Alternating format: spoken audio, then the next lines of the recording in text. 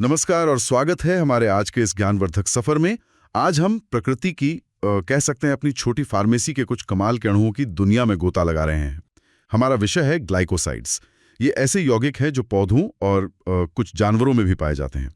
हमारे पास जो स्रोत सामग्री है वो इनके बारे में काफ़ी गहराई से बताती है।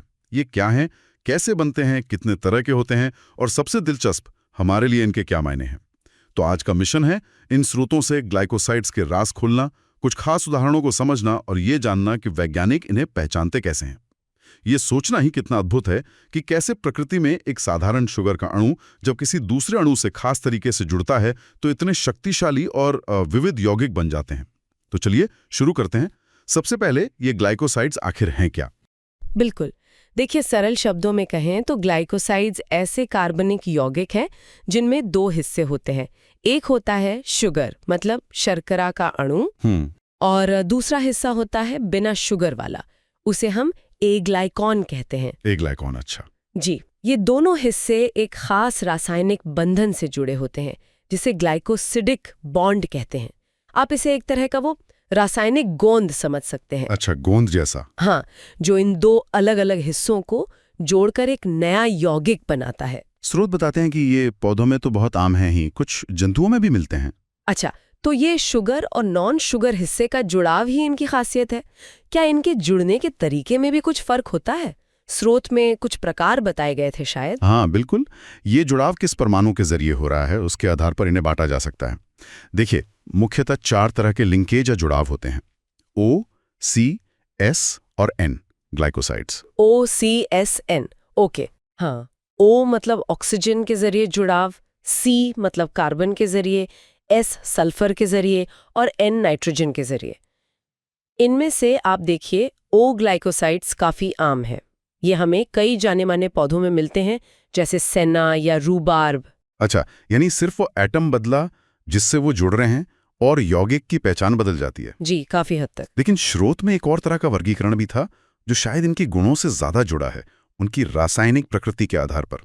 वो लिस्ट तो मुझे काफी लंबी लग रही थी। हाँ, वो वर्गीकरण एग्लाइकॉन हिस्से की रासायनिक प्रकृति पर आधारित है और असल में वो ही ज्यादातर इनके औषधीय गुणों को तय करता है। अच्छा, एग्लाइकॉन पार्ट। जी, स्रोत में कई श्रेणियां दी गई हैं, जैसे एंथ्राक्विनिन है, कार्डियक है, सैपोनिन है, फ्लेवोनॉइड है और भी कई। पूरी लिस्ट पर जाने के बजाय क्यों ना हम कुछ सबसे महत्वपूर्ण और दिलचस्प उदाहरणों के जरिए इन श्रेणियों को समझें। हाँ, ये बढ़िया रहेगा, क्योंकि सिर्फ नाम गिनाने से शायद बात उतनी पल्ले ना पड़े। चलिए कुछ प्रमुख पौधों और उनके ग्लाइकोसाइड्स की कहानी सुनते हैं। शुरुआत कहाँ से करें? एंथ्राक्विनोन से? हाँ, चलिए एंथ्राक्विनोन ग्लाइकोसाइड से शुरू करते हैं। इनका एक बहुत जाना माना उदाहरण है सेन्ना, यानी सनाई की पत्ती। हाँ, सेन्ना सुना है ना? जी। स्रोत बताते हैं कि यह कैसिया प्रजाति के पौधों की सूखी पत्तियों और फलियों से मिलता है। इसमें मुख्य रूप से सेनोसाइड्स नाम के ग्लाइकोसाइड्स होते हैं। Sennosides, okay. और इनका सबसे आम उपयोग है कब्ज दूर करने के लिए, रेचक के तौर पर। ये आंतों की गति को बढ़ाकर काम करते हैं। हाँ, वो तो मैंने सुना है, कई दवाओं में होता है सेन्ना। तो ये तो हुआ एंथ्राक्विनोन। अब कुछ और शायद वो जिनका असर दिल पर होता है। स्रोत में कार्डियक ग्लाइकोसाइड्स का जिक्र था। बिल्कुल, और ये एक बहुत ही महत्वपूर्ण समूह है। डिजिटैलिस या फॉक्सग्लोव के पत्ते इसके प्रमुख स्रोत हैं। डिजिटैलिस, हाँ। इनमें पर्प्यूलिया ग्लाइकोसाइड्स A और B जैसे रसायन होते हैं। इनका मुख्य काम है हृदय बल्यकारक, मतलब कार्डियोटॉनिक। कार्डियोटॉनिक, जी, यानी ये सीधे दिल की मांसपेशियों पर असर करके उसके सिकुड़ने की ताकत और कार्यक्षमता को बढ़ाते हैं। लेकिन यहाँ एक बहुत जरूरी बात है, डिजिटैलिस बहुत शक्तिशाली होता है। अच्छा। हाँ, सही मात्रा में ये जीवन रक्षक दवा है, पर जरा सी भी मात्रा ज्यादा हो जाए तो ये जहर बन सकता है। ओह, ये तो बहुत ध्यान रखने वाली बात है। मतलब दवा और जहर के बीच एक बहुत ही बारीक रेखा है। बिल्कुल। और ये सोचना कि ये रसायन पौधे शायद अपनी सुरक्षा के लिए बनाते होंगे और हमने उसे अपने दिल के इलाज के लिए इस्तेमाल करना सीख लिया। प्रकृति वाकई कमाल की है ना? आपने बिल्कुल सही पकड़ा। कई पौधों के रसायन असल में उनके डिफेंस मैकेनिज्म, मतलब सुरक्षा तंत्र का हिस्सा होते हैं। अच्छा, कार्डियक ग्लाइकोसाइड्स के अलावा एक और बड़ा और विविध समूह है सैपोनिन ग्लाइकोसाइड्स का। सैपोनिन, इसका नाम कुछ अजीब सा है। हाँ, इनका नाम सैपोनिन इसलिए पड़ा क्योंकि ये पानी में मिलने पर साबुन जैसे झाग बनाते हैं। सैपो का मतलब साबुन होता है। ओह अच्छा, झाग। क्या इसका भी कोई जाना पहचाना उदाहरण है? हाँ, कई हैं, जैसे मुलेठी, लिक्रिश।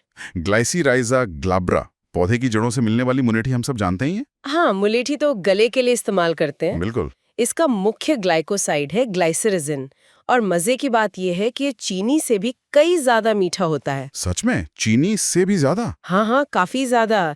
इसी वजह से इसका इस्तेमाल दवाओं का कड़वा स्वाद छिपाने और गले की खराश कम करने वाले सिरप यानी डेमलसेंट में होता है। इसका कफ निकालने यानी एक्सपेक्टोरेंट के तौर पर भी उपयोग होता है। मुलेठी तो मतलब घर घर की जानी पहचानी चीज निकली। ये ग्लाइसीरिजन की मिठास वाली बात तो बड़ी रोचक है। सापोनिन का कोई और खास उदाहरण है क्या? एक और बहुत महत्वपूर्ण सैपोनिन स्रोत है डायोस्कोरिया। इसे आम भाषा में यैम या जंगली रतालू भी कहते हैं। Dioscorea, yam. ठीक है। इसके कंदों मतलब ट्यूबर्स में डायोसजेनिन नाम का सैपोनिन ग्लाइकोसाइड पाया जाता है। अब दिलचस्प बात यह है कि डायोसजेनिन खुद सीधे दवा के रूप में ज्यादा इस्तेमाल नहीं होता, तो फिर? लेकिन ये कॉर्टिकोस्टेरॉइड्स जैसे कॉर्टिसोन, फिर सेक्स हार्मोन्स जैसे प्रोजेस्टेरॉन, टेस्टोस्टेरॉन और यहाँ तक कि गर्भ निरोधक गोलियों जैसी कई बेहद जरूरी स्टेरॉइड दवाओं को बनाने के लिए शुरुआती कच्चा माल है, मतलब प्रिकर्सर। मतलब शुरुआती चीज जिससे आगे दवा बनती है। जी बिल्कुल वही। अरे वाह, मतलब एक जंगली पौधे से निकली चीज पूरी मॉडर्न हार्मोनल दवाओं की इंडस्ट्री का आधार बन गई। ये तो दिखाता है कि कैसे पौधों की दुनिया हमारी बायोकेमिस्ट्री और मेडिसिन से कितनी गहराई से जुड़ी हुई है। बिल्कुल। और ये विविधता यहीं खत्म नहीं होती। स्रोत में कुछ और अनोखे उदाहरण भी हैं, जैसे गुडमार। गुडमार, नाम तो सुना है। हाँ, इसका संस्कृत नाम है मधुनाशिनी, जिसका मतलब ही है मीठे का नाश करने वाला। मधुनाशिनी, वाह।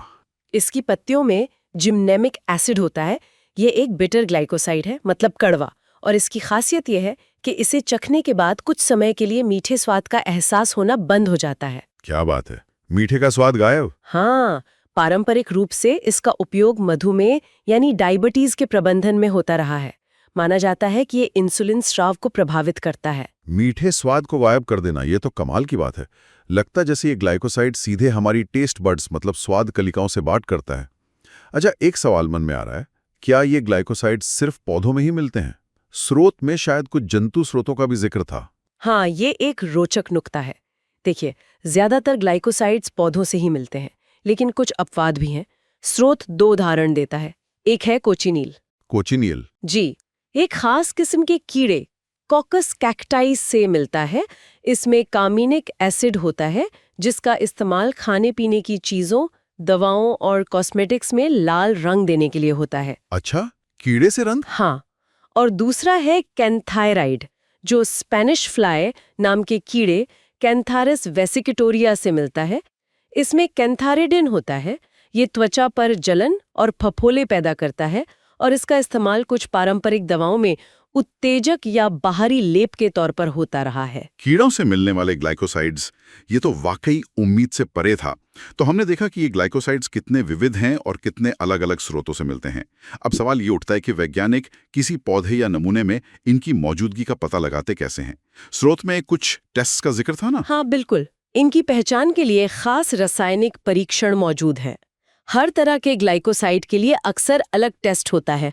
देखिए, सबको विस्तार से बताने के बजाय हम ये समझ सकते हैं कि कई टेस्ट रंग बदलने पर आधारित होते हैं। रंग बदलना? हाँ, अमोनिया मिलाने पर गुलाबी या लाल रंग आता है। अच्छा, रंग से पहचान। तो लैब में ये टेस्ट करते हुए तो काफी रंगीन नजारे देखने को मिलते होंगे। बिल्कुल। इसी तरह कार्डियक ग्लाइकोसाइड्स में मौजूद खास शुगर डिजिटॉक्सोज, उसकी पहचान के लिए केलर-किलियानी टेस्ट बहुत महत्वपूर्ण है। इसमें भी विशिष्ट रंग परिवर्तन होते हैं।